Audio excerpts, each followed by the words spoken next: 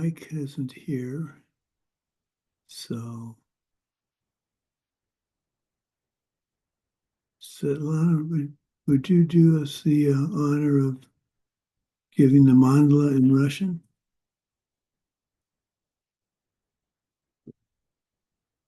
Actually, changed my mind. Let's have you do it in Spanish. That was a joke. Go ahead. Go ahead and do it in Russian. I will try in Russian.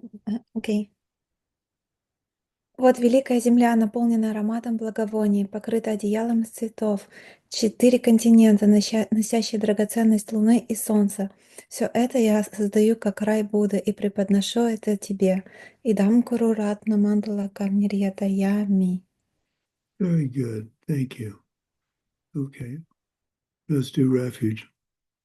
I go for refuge until I am enlightened to the Buddha, compassion, knowledge, and strength, the Dharma, the enlightened side of truth, and the Sangha, the community of realized beings.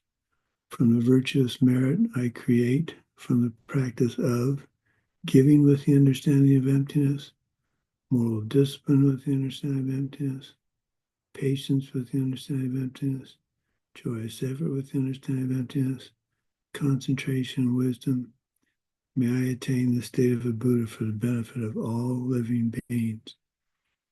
I go for refuge until I am enlightened to the Buddha, compassion, knowledge, and strength, the Dharma, the enlightened side of truth, and the Sangha, the community of realized beings.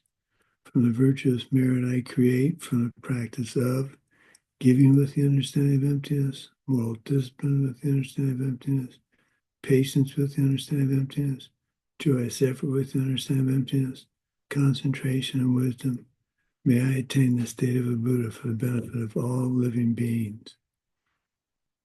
I go for refuge until I am enlightened to the Buddha, compassion, knowledge, and strength, the Dharma, the enlightened side of truth, and the Sangha, the community of realized beings. From the virtuous merit I create, from the practice of giving with the understanding of emptiness, moral discipline with the understanding of emptiness, patience with the understanding of emptiness, joyous effort with the understanding of emptiness, concentration and wisdom, I will attain the state of a Buddha for the benefit of all living beings. Okay. Let's do some rejoicing. We'll start with Svetlana. What do you have to rejoice in today? Yeah, hello everyone. Today I would like to rejoice that I had an opportunity to help with gardening. I helped with ripping out dandelions. So I dedicated that all mental afflictions can be purified easily and everyone can enjoy the pure state of mind, unstained mind. Well, it covers a lot. Very good. Very good. Katya, what do you have to rejoice in? Hi, hello. I want to rejoice that I start helping in Mexico's retreat with the payments, the registrations, and we are doing an incredible event for all of you. Very good. Where's it going to be held? That is the Geshe Michael retreat. That is in Mexico City in an hotel that it's called Camino Real. We were thinking of coming to that, but we have a complication, and so we won't be able to. And I'm glad you're helping with that. That must be a lot of hard work. Yes, we are. I'm training for your retreat in Guadalajara. Oh, yeah, good. Yeah. Well, we're looking forward to that. Yes. Looking forward to that tremendously. Hope we'll have a chance to. Now, will that be at Lake Chapala, or is that going to be in Guadalajara? We think that it's gonna be in Chapala, in the lake of Chapala, Good. really close to Guadalajara, but we are looking for the place. But I'm sure that it's gonna be there. Okay, great, great. Okay. Anna, do you want to do some rejoicing?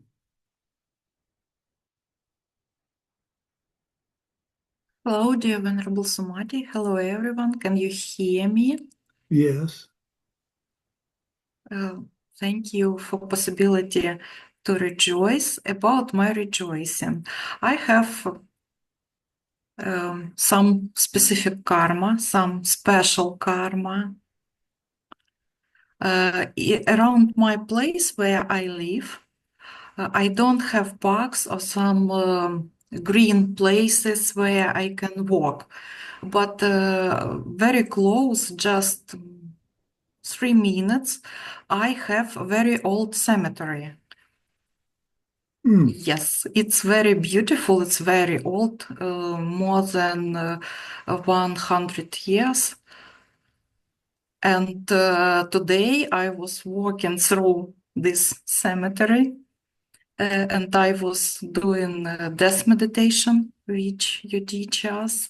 And I was looking around all these monuments, pictures of people which are died. And it was very special meditation for me. Oh, well, good. I'm glad you enjoyed that. Cemeteries are a wonderful place to, I think, to walk and think about the lives of everybody buried there and how much history that represents. Oh, good. Okay, let's see. Daria, do you have anything to rejoice in? Yeah. Good morning, Venerable Sumati. I rejoice to hear you. It's really. Oh, And today, my mother, we had air conditioner, and I'm happy. And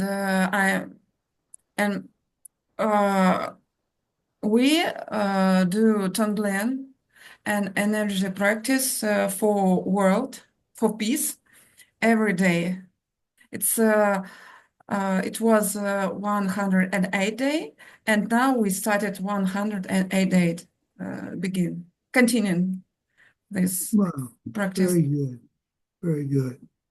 Okay. Well, that's a small group today. Let me adjust this camera. I'm cutting my head off. That's never a good thing. There we go. Okay. Now, how about my rejoicing?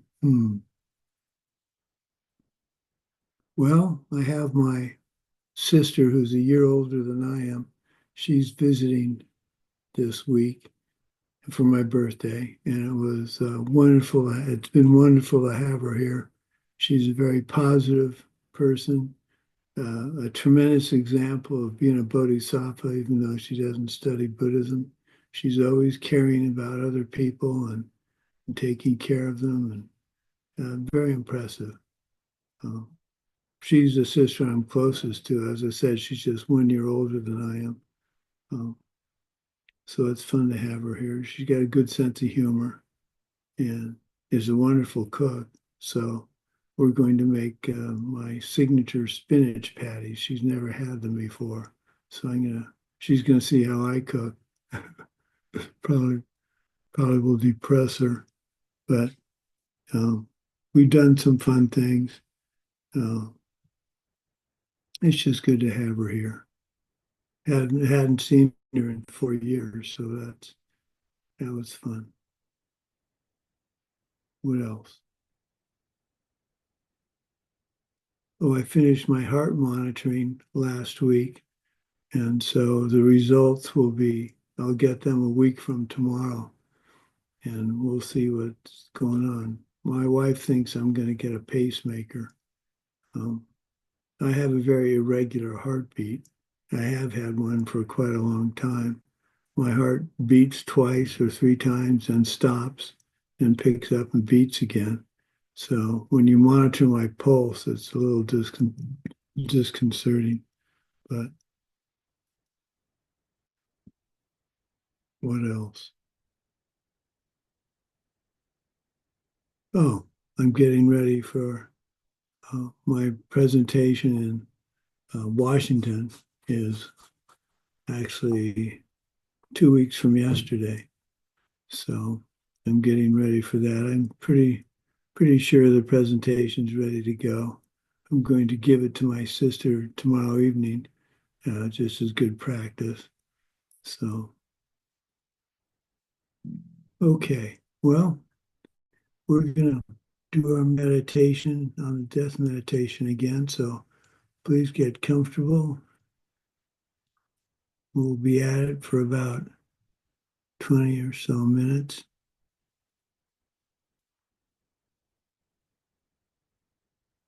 So check your posture, your legs and shoulders should be comfortable. Full lotus is great, but obviously if you can't do full lotus, something that'll be comfortable and you can stay still.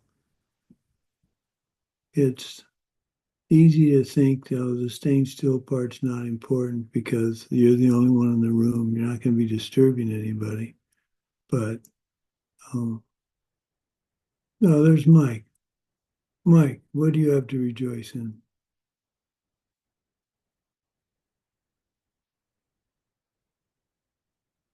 No, I guess. Hey, good morning. Good morning. What do you have to rejoice in? Oh, very quick. What do I have to rejoice in? I just got back to Baltimore, and I am currently in the process of figuring out how to get out of Baltimore. So, um, and I am starting to actually make plans to do that, and like doing like physical actions that are like I'm starting the process. I'm not just thinking about it uh anymore. It's like happening. So I want to rejoice in that because it has taken a long time to get here, and things are finally starting to move. So I want to rejoice in all the seeds that I've been planting to make this happen, and not relying off of chance or luck. You going to And be moving to Sedona? I am I am going to be somewhere in Arizona, I do believe. Wow, well, that Um, narrows it down. yeah. Well, So we had talked about meeting for dinner or something when I'm in DC. Is that still something you can do? on the 19th. 19th or 20th, I'm doing lunch at the Air and Space Museum. I'm sorry, gang. I'm just going to get this taken care of. Um, I'm doing lunch on the 21st. So we could do dinner on the 19th or the 20th. Yeah, that should be good. Um, yeah, either the 19th, probably the Okay, 19th. I'll email you after class and we can finalize what's going Okay, on. great. That sounds Okay, good. sorry to break in. Let's start over again. We're going to start our meditation. Thank you. So check your posture. As I was saying, it's easy to think it's not important because no one else is there, but it's best to be practicing your posture as if you're in a group meditation. So when you are in a group meditation, your posture is correct. So the head's level, shoulders are level, eyes lowered or closed, spine straight. Let's watch our breath for a round of 10 breaths. I'll count. Try and do a slow, not uncomfortable, but a slow breath.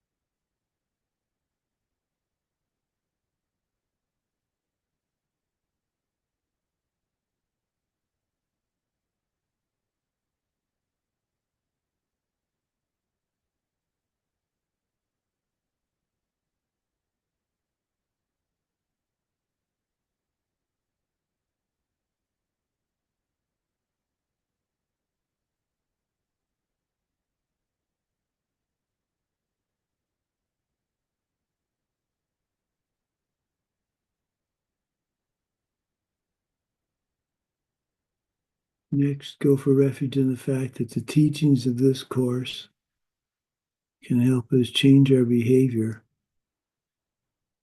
in order to really protect ourselves and to help us truly help other beings.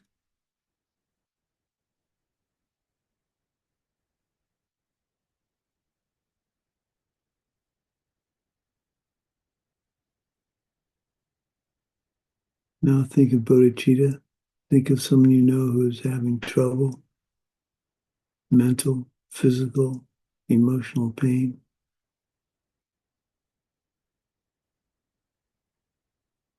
Think how much you'd like to be able to help them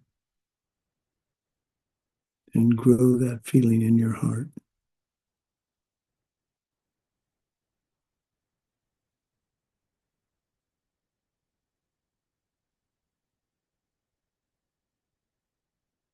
Invite your holy being to come and meditate with you.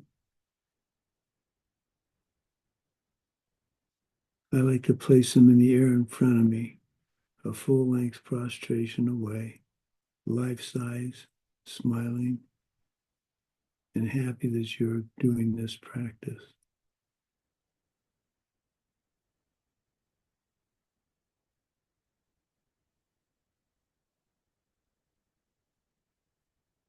Now mentally prostrate 3 times, thanking them for their good qualities.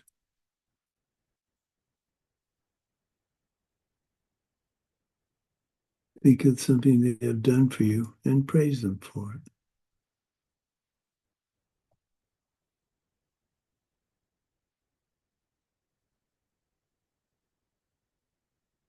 Now make them an offering.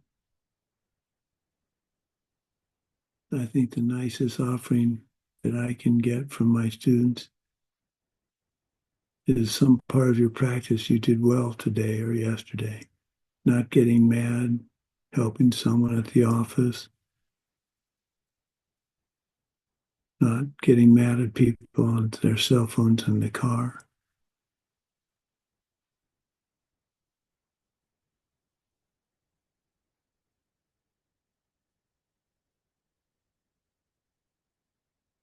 Next, confession, 4 powers. Pick a negative thing you've done.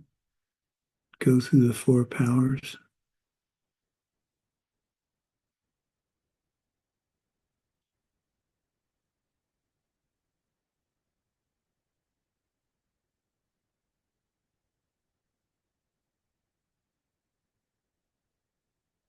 I always like to follow confession with rejoicing.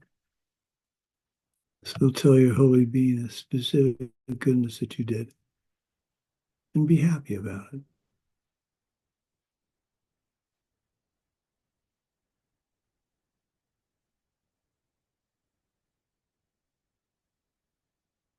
Ask for teachings, both formal and informal.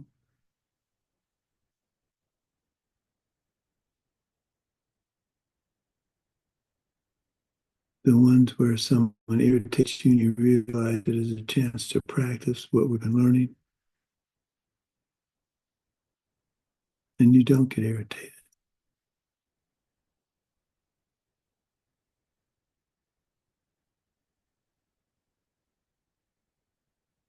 And ask for your teachers to stay. Pray for their long lives and their continued involvement with you.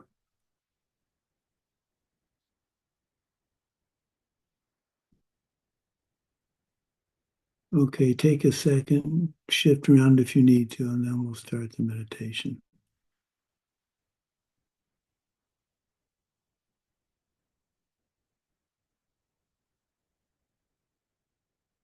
You are at the edge of a thick, dark forest, looking out into a clearing that has a building in the distance. The building is adobe, clay tile roof, solid.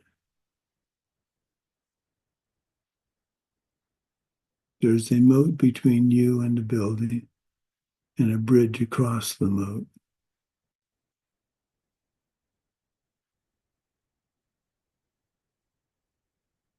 Between the moat and the building is a beautiful meadow with flowers and tall grass. Between you and the moat is a clearing.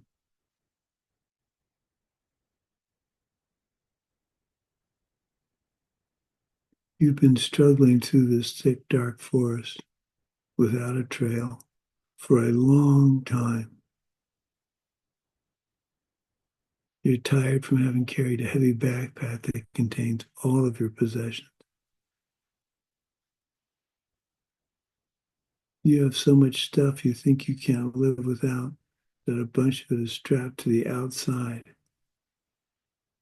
And the stuff on the outside catches the branches and the shrubs you've been walking through and have made the trip hard. Your arms and face are all scratched up. You are hot, tired, and thirsty.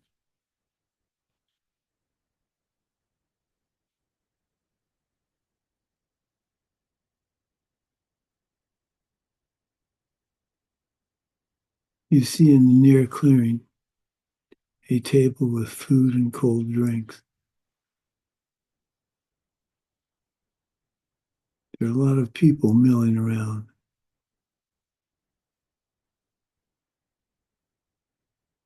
You walk towards the table and have to push past people to get to the food and drink.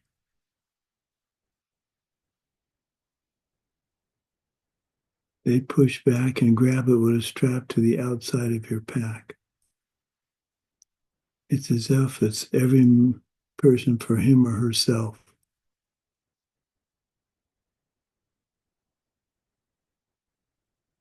You slap their hands defending your stuff, all the while trying to get to the food and drink.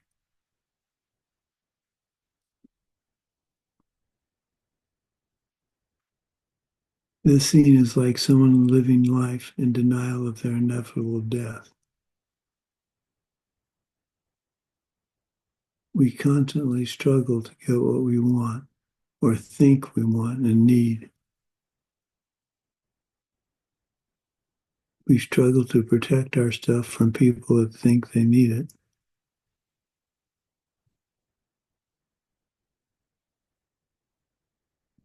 Without a moment's hesitation, we use up our good karma and create negative karma without a moment's hesitation.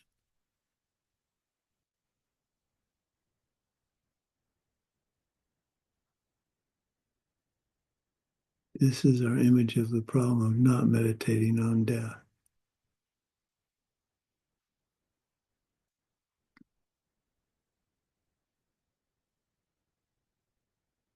The stuff in the backpack represents all our possessions. The stuff on the outside represents all of our unnecessary possessions. There are things you do need, but our relationships, our inaccurate beliefs, all our opinions, unnecessary activities,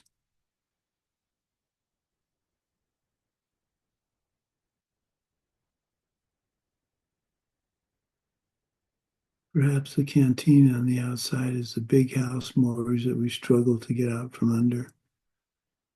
The flashlight is a fancy car that we've paid far too much for. The bedroll is that friend that just likes to go into the barn to argue politics and waste time.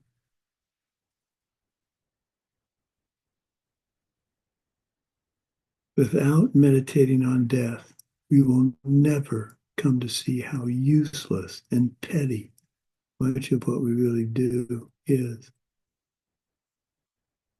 And by doing this, we perpetuate our existence in the cycle of life, samsara.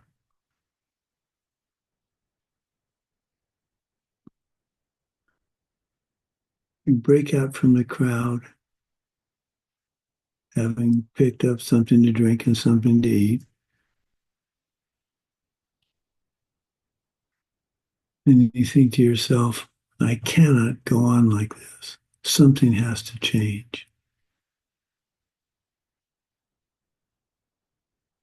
You move toward the bridge across the moat and walk to the high point in the center of the arched bridge. The bridge represents the benefit of doing a good death meditation.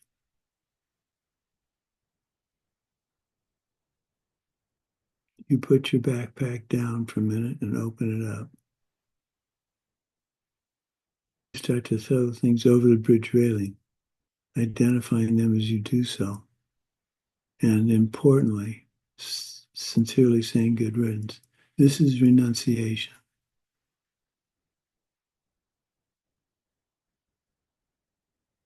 In my case, it would be the multiple newspaper subscriptions I used to have, the news magazines, the sports magazines, my Netflix movie subscription,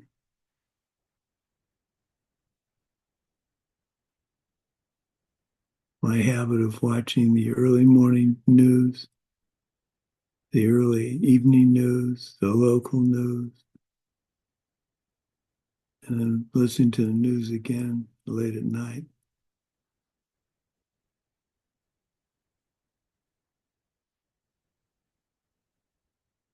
You are eliminating all useless activities and things and relationships that eat up your time without bringing real benefit.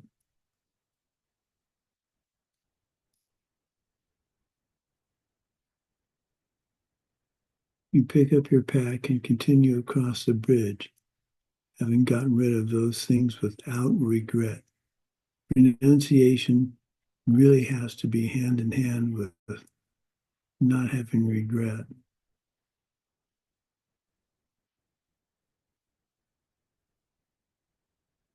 Now you're over the bridge. The backpack is very light, but you are still dirty, hot, and tired. You look ahead and see a gauntlet of armed guards that you must pass through before you make it to the building. They are menacing and scary.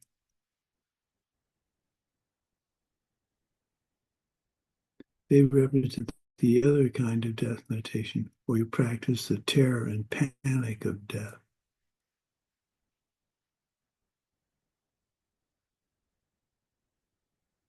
You know this and muster your remaining strength and courage and run right past them before they can react.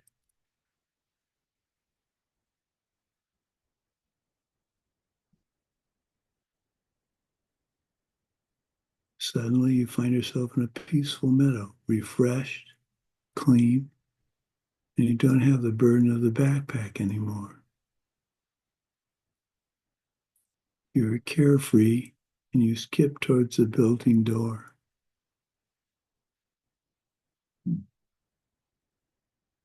Find yourself standing in front of a yellow door on the building's east side.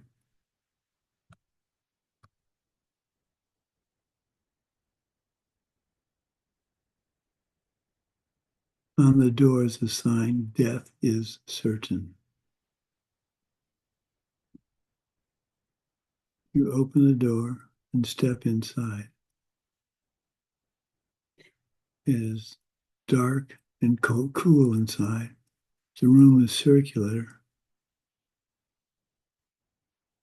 Just to your right is a huge vicious dog, but it is restrained by a chain to be just out of reach of you.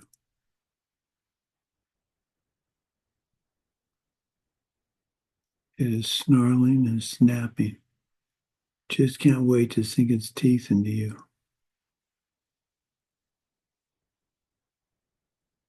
The dog represents the Lord of Death. When your karma for this life wears out, it is as if the chain restraining the dog breaks and the Lord of Death consumes you.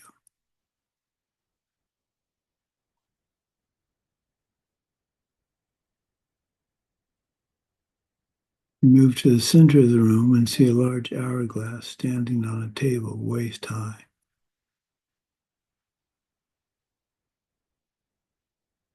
The sand is opal colored. It's beautiful and you like watching it, but you then realize it's flowing down quickly and represents your lifespan. For me, it's more than halfway down. So I need to think my life is leaking away.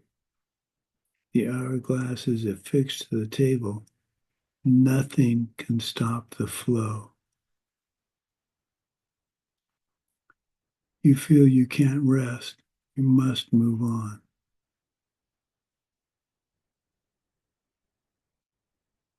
You look beyond the table and see a corridor leading from the room. Because your life is slipping away as represented by the hourglass, you run through the opening and into the corridor. Along the walls are images of all the different teachers you have had, all the teachings you have attended. You run by, not able to stop and think about each teaching. You are propelled past them by an unstoppable force, your karma for life running out. This represents never having enough time to study.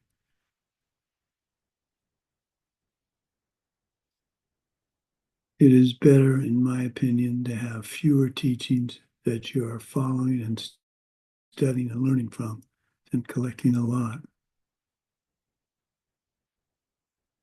and not studying them. At the end of this corridor is a green door with a sign that says, "Time of death is uncertain."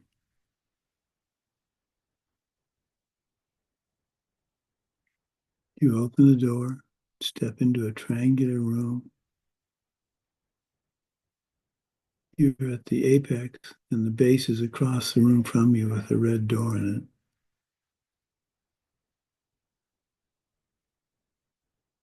In front of you is a garbage can with a calendar in it, marking, in my case, my 72nd birthday.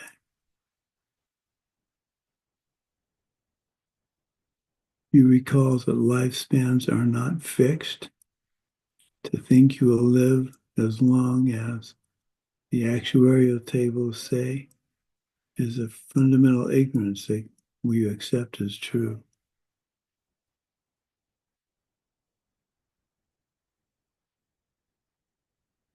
The average lifespan is represented by a bell-shaped curve. There are lots of people that die before the average lifespan,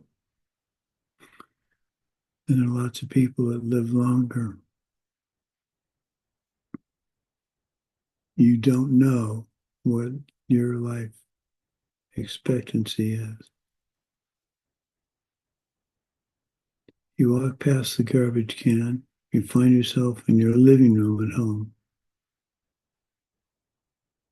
You see all the stuff in the living room, but you know that somewhere and out there in all of it is a tripwire that will set off a bomb.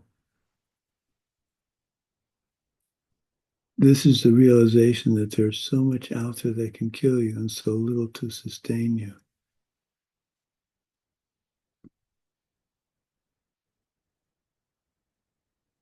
You look at each object and wonder, is this what would kill me? The sharp edge of the coffee table. You could fall down, strike your head on that, and be dead in a second. But it's just a coffee table.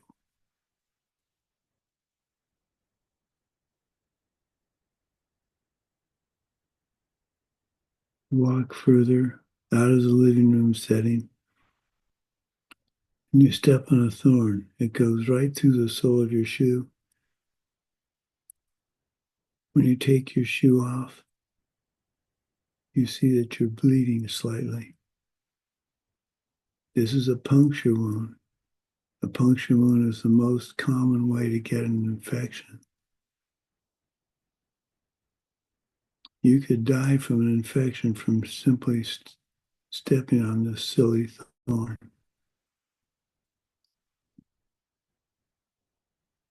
This helps you recall your body is very fragile.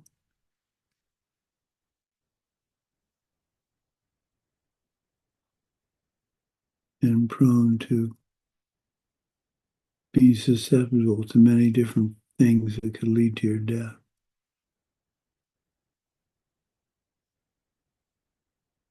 Now you're in front of a red door, and on it is a sign that says, "Only the Dharma can help."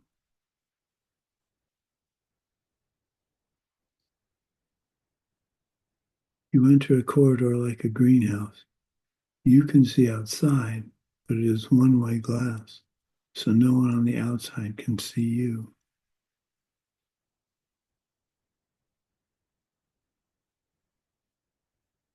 You stop for a minute on both sides of the corridor.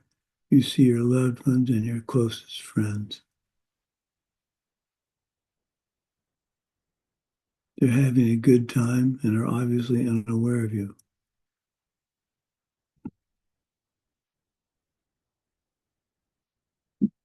In your ignorance, you bang on the glass to get their attention. Thinking to yourself, "Hey, don't forget me."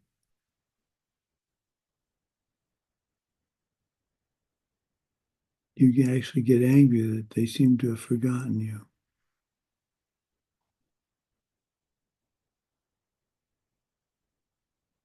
Remember, they cannot help you, and they will forget you.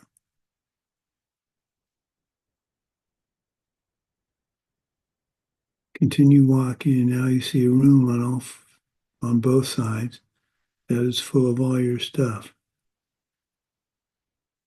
But it's disorganized, just tossed into boxes. Strangers going through it. Perhaps your beloved truck is there and several people are poking around, pointing out the scratches, the worn seat covers. Again, you get upset. You can't take any of your possessions with you. And you're upset that you cannot get to them or that others don't care about them the way you did.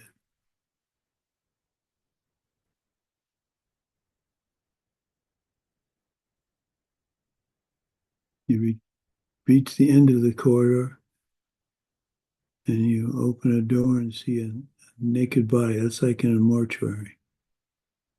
You look at it carefully and realize it's you, but your face is featureless, unrecognizable.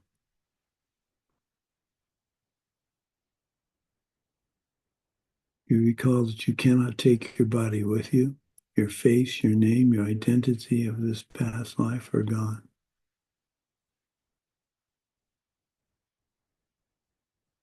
So what does come with me?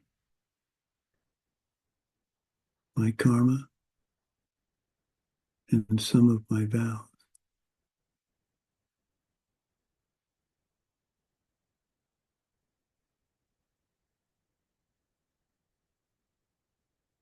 You look back into the corridor and see a white door. You open the door and step into a turret-shaped room, like in a castle. It has slits in it and is round. Light shines down to the very center of the room. To your left, leaning against the wall, is a staff, wooden staff, slightly taller than you. You reach with your left hand. It is important that it is your left hand. Take the staff and find that it fits perfectly in your hand, as if it was made just for you. As you take it, you say to yourself, "If it is sure that I'm going to die, I must now decide to start my spiritual practice."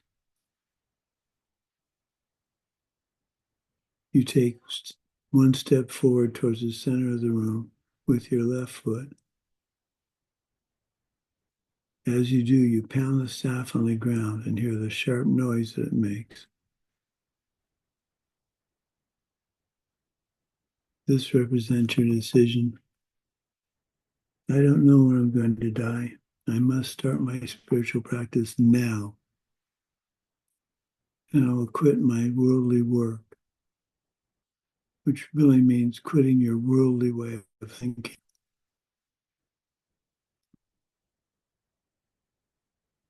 Step forward again with your left foot, now into the sunlight. Raise the staff high over your head, and this represents your decision. If nothing but my spiritual practice can help me, then I devote myself to my spiritual practice.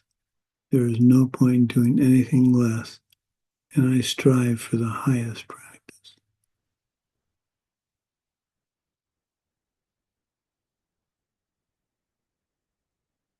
You look to your right and see a door of royal blue color, shimmering. You lower your staff and point to it. It is the highest spiritual practice.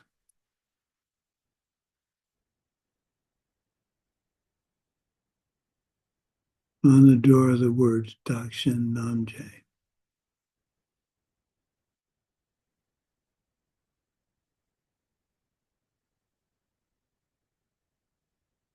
Okay, you can open your eyes.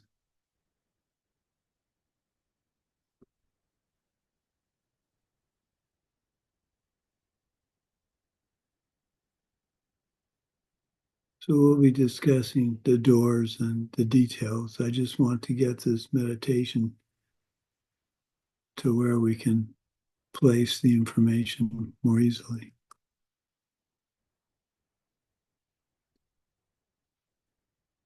I think the thing about renunciation that many people don't really keep in mind is, well, for instance, I don't know how many of you have heard this story, but I have a watch that's it's called an Omega Speedmaster chronograph. It's the kind of watch the astronauts wore back in the day in the Mercury, Gemini, and Apollo program. It's a prized possession. And I know a young man, well, not young anymore, at a museum in Alabama that would really like to have a watch like that. I want to send it to him, but every time I get ready to do so, I think, can you do this without regret? And I can't. I should be able to, I will be able to, but right now I can't. So I'm not sending it to him because I would have regret. True renunciation is giving something up and just letting it go.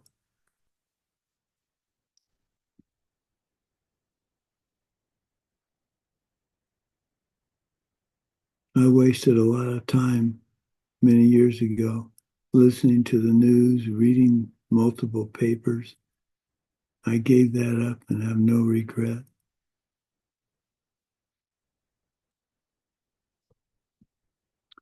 Okay. So class 4. The Abhidhamma goes into specific geography and different kinds of humans on different continents. But Geshe Michael chose not to teach that, as he felt it was more important to have us understand the sufferings that are unique to humans.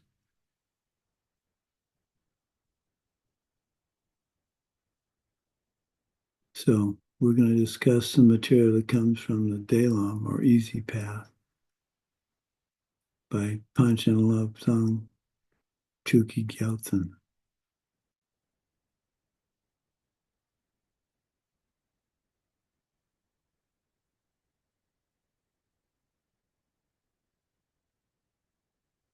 The commentary is by Quicksilver.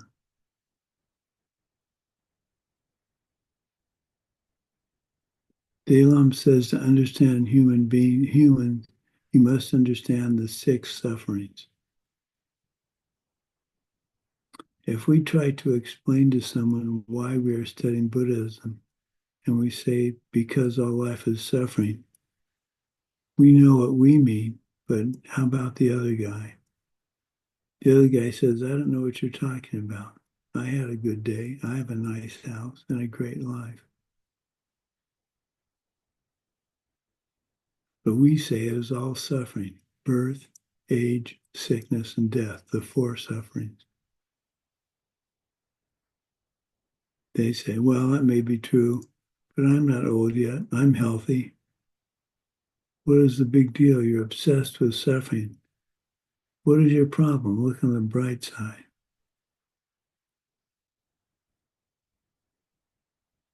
First Pendulum says human suffering is harder to understand, and that pleasure beings are even harder to understand. The pleasure beings are not suffering moment to moment like the other realm. But who is suffering? What is suffering? He says real suffering is described by the six sufferings that are constantly with us as humans or pleasure beings.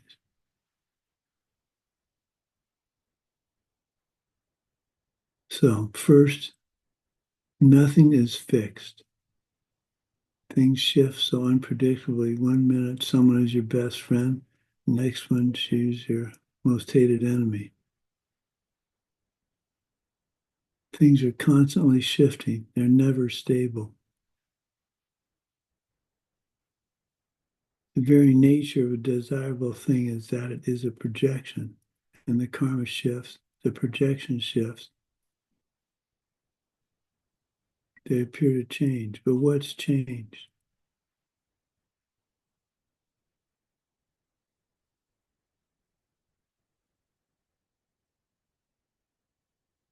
It's a valid perception, but not a correct perception. They're coming from you.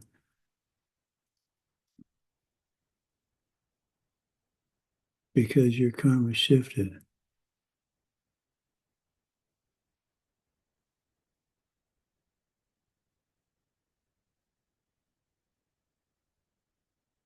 Nothing is fixed.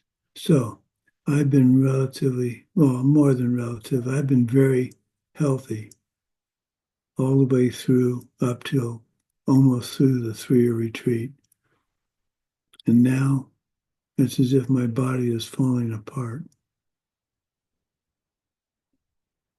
My heartbeat's irregular. The medication for my Parkinson's, some of it's working, some isn't. Nothing is fixed. So when you get excited about getting a new job or finding the perfect house or a perfect partner, I'm not saying that's wonderful. I'm saying things will change. And it will change because of your karma ripening for it to change. And rather than get upset at that,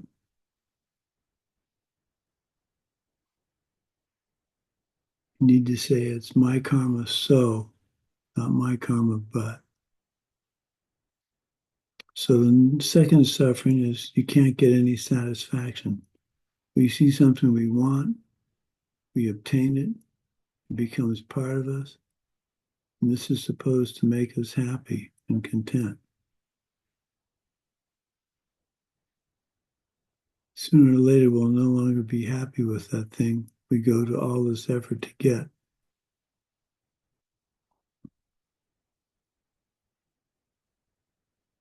It's as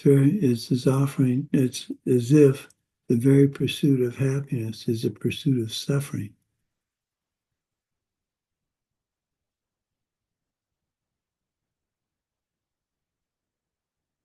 That's an interesting thing to think about. The very pursuit of happiness is a pursuit of suffering. Buddhism is not about learning to endure suffering, but rather to learn how to stop it. The third of the sufferings is shedding our body over and over. Do we really suffer from having to give up our body over and over again?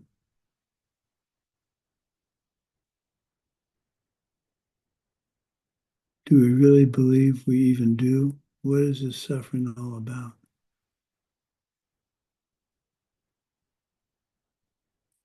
This one is that we have a natural prejudice to care for our own body more than we care for other people. We can be obsessed with our body and getting its needs met first. This obsession makes us think and do things, do and say things which put our own body before others.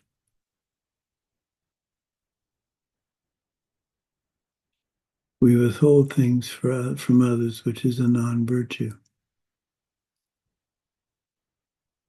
The fourth suffering is we're reborn over and over again.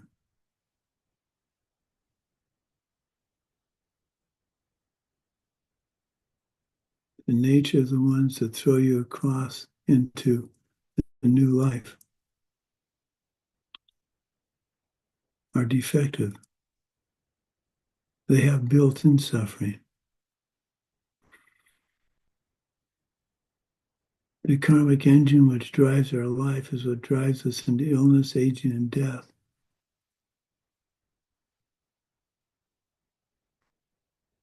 There is suffering that is inevitable just by being born. We have a brief opportunity, this current life, to try and change, but we must do it now. We must study, meditate, keep our vows. The fifth suffering is after high comes low. You recycle between everything's great to you lose it all. Success and failure come in waves. Karma ripens, wears out, good changes to bad.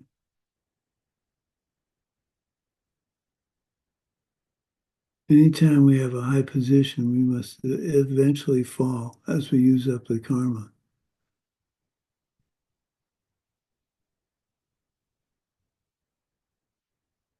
I stop and I think,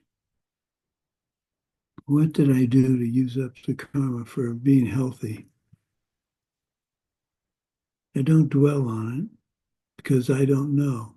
All I know now is what do I have to do now to not have these health problems in my next life or lives.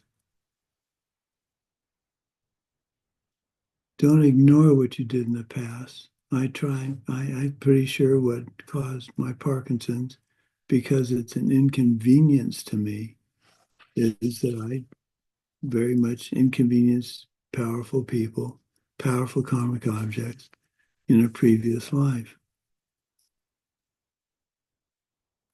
So having that feeling, knowing that, makes me focus my attention on not inconveniencing people this life, not on what happened in the past. I've identified the general premise from my mind that I inconvenience people. So in this life, I stop and I try very hard to think, constantly think, what can I do that isn't inconveniencing people? And every time I do something that helps someone, I dedicate it.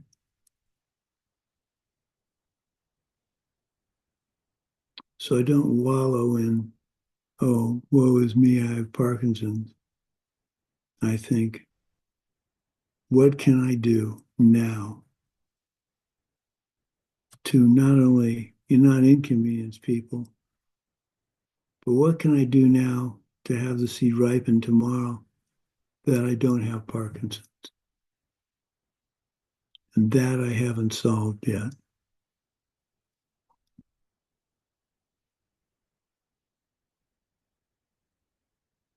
Number 6, there is no companion. We are the flow of our karma. That is all we are.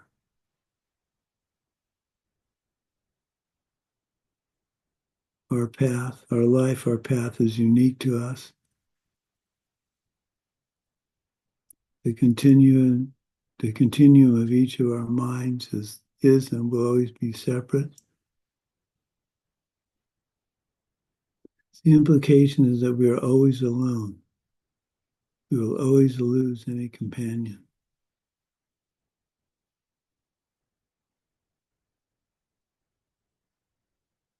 At death, you are absolutely alone. No one and no thing can go with you. So never be willing to do a bad deed for anyone, not a friend or a parent, even your teacher.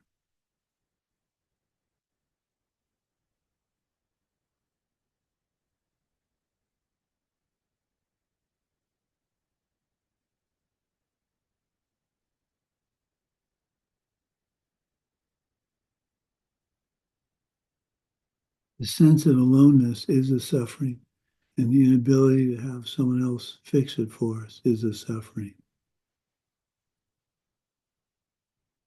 So do you dwell on these 6 sufferings? No, you develop a good death meditation, and we have a wonderful retreat, weekend teaching and retreat that my wife and I love to do on the death meditation, which is the meditation we've been doing, but we go into more detail.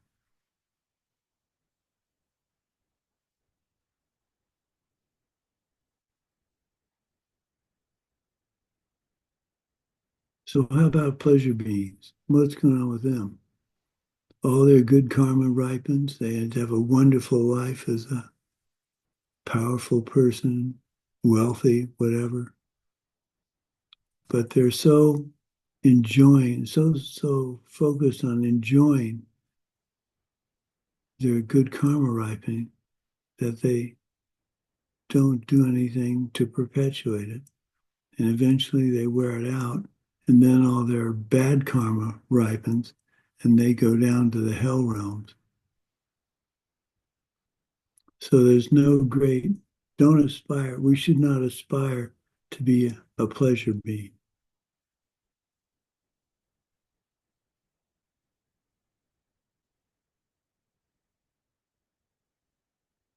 So, death meditation, suffering realms. We need to keep all this in mind as we go through our daily life. But again, the object of studying death and the realms of existence is to put everything in perspective. It's not meant to scare you per se. It's meant to, it's meant to scare you into realizing you have a precious human life and not to waste it.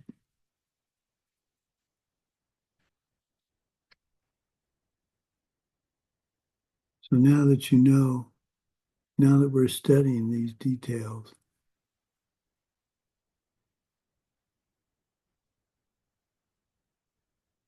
how can I put it?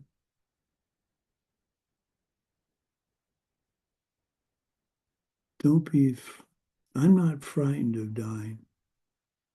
I think I can say that. I've been in a couple instances where it could have been, recently with the possible blood clot, when I felt my heart was going to come out of my chest, and that happened yesterday again. Yesterday morning, I woke up and it was not pleasant. But I wasn't frightened because I've done a death meditation, a good death meditation. If I'm going to the hell realms, I know what caused it. So I've come to grips. The whole point of this course, all these courses, is to come to grips with your impending death. Not be frightened about it, be respected in the sense that you can do something about your impending death. Tantra is all about reaching Buddhahood in this lifetime.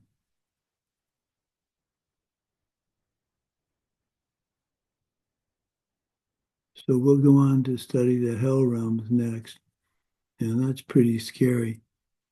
One thing I like to think, well, I shouldn't say I like to, I think about is the fact that the different realms of existence are present in this realm. Now, that seems contradictory, but you look at the immensely wealthy people, they to me are pleasure beings. Look at the poor, there are various aspects of existence for poor people that to me represent the lower realm, the hell realm. Living in Gaza right now with the bombs going off and the fighting, that's got to be similar to a hell realm. You don't know what's going to happen next, all the suffering that's around you. It may not respond perfectly to the different hell realms we'll be studying, but it would be very uncomfortable, very scary. And that to me is what a hell realm is all about.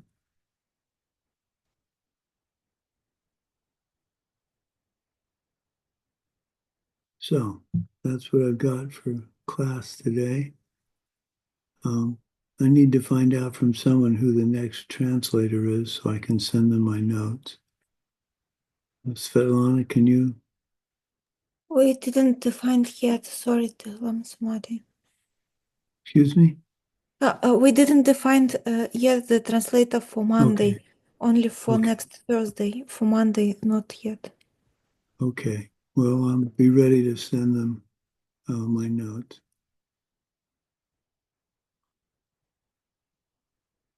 Okay, are there any questions? This is not the most uplifting course. It's easy to get pretty depressed over it, but don't. No questions?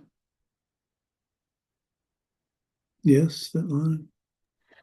It's like some wondering question. What is better? Like, can we like pray to be reborn in a human realm in the next life? Or we should just be ready that any seed can ripen and just pray that we can reach enlightenment as our seeds are purifying? Or we should be more precise that the next rebirth should be in the human realm? What is the best No. way to plant seeds to make sure we can have good path in our next lives?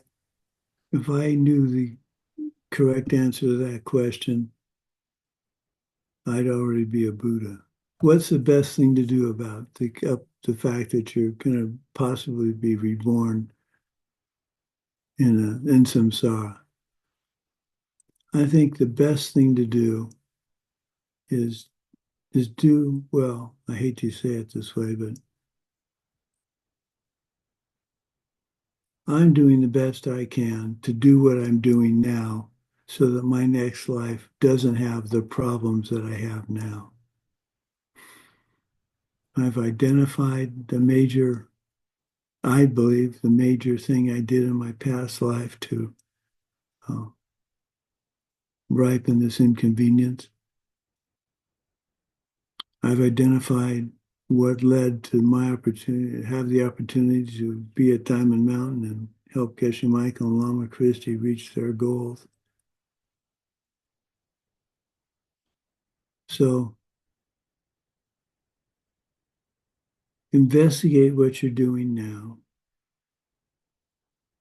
Place it in the context of what we've been teaching and see what you have to change. So what would be an example? No. If you want to live in a clean, beautiful, pristine environment in the future, you can make sure that's going to happen by picking up garbage, recycling, purposely thinking about recycling and purposely think about what the effect of picking up garbage is drive as little as possible, use mass transport. All these little things will set the seeds for a more pleasurable world in your next life. If you don't do it, you can pretty much guarantee it won't get any better than this life. If you do it, that karma may not ripen in your next life, but you're setting, I take great comfort in the fact that I'm setting the stage for my next lives by trying not to inconvenience people. Now, I won't remember in this coming life, this life, but hopefully some of what I've done in this life will ripen in my next life to be a more pleasant life. For instance, everything I've done for a high karmic object, like very high karmic object like Geshe Michael and Lama Christie, could ripen in this next lifetime. So I've set the seeds for it to happen. And since I don't know what's going to happen in my next life, and I don't know when I'm in my next life, I don't know what I thought about in this life. Who knows what's going to happen?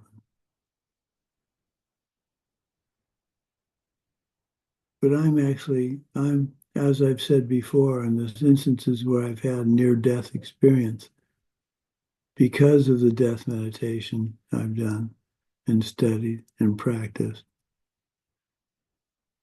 I'm essentially ready. I'm curious. I'm not frightened. I'm curious. I do promise to try and communicate to all of you what it's like on the other side, but I'm not sure how I'm going to do that. But I'm working on it. I'm going to figure out how to let you all know. Okay, so let's dedicate. May the source of benefit and goodness, the Dharma, spread and expand. May the beings upholding the Dharma have excellent health. May the source of happiness and well-being for all embodied beings, the Dharma taught by the Buddhas, always increase.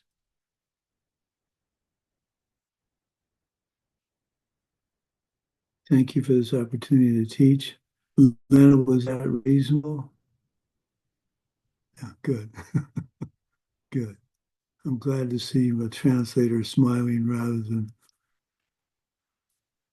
good. Oh, Katya, do you know any? Can you recommend a Spanish course that we can take online to learn Spanish? Do you have other English American friends that have successfully learned Spanish in some online form? I don't know, but I'm gonna ask for it. Would you look into that? Because we want to start learning Spanish. Okay, Not so yeah, we I will can, check. not that we can teach in Spanish, but we're going to be down in September. I think my wife has shared with you, we'll be down in September. So between now and then, I'd like to learn a few phrases. Hola is the start, but I want to say more than that. So if you could recommend one, I'd really appreciate it. Yeah, I think that Mike also knows because he's learning Spanish. Oh, But Mike? I don't know if he's learning, but he already took some teachings. Okay. Well, okay, I'll talk to Mike too. But I'm gonna. I would say Duolingo, but just announce that they're using AI for their staff. So I don't know if I'm going to be using it. They're like firing their humans in favor of AI. Oh, But I'm not. it's a great language learning program. Which one's this? Duolingo. No, I never heard of that. Duolingo. Huh. DUO. I'll put it in the chat. Okay. Well, I don't look at the chat very much, so okay. Well, Duolingo, a second language. Oh, that's clever. See, I can translate already.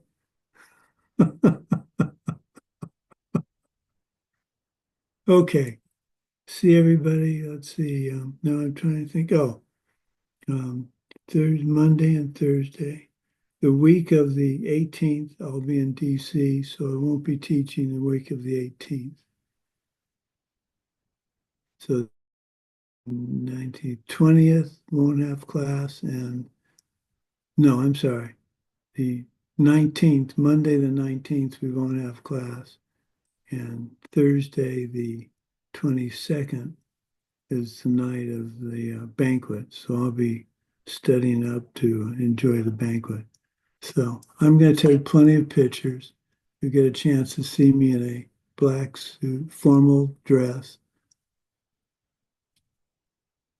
And maybe we'll even get an audio recording of my presentation. So, okay. Love you all. Thanks for coming to class, and we will see you on Monday. Bye-bye. Thank you so Thank much. you. Have a good day.